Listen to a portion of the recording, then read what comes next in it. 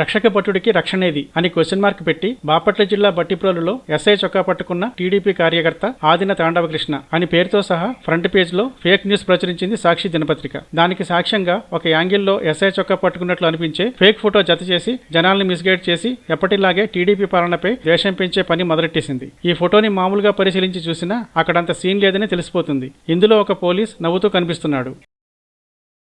చొక్కా పట్టుకోబడినట్లు చూపిన ఎస్ఐ కూడా చొక్కా పట్టుకున్నప్పుడు వచ్చేంత కోపంగా లేడు.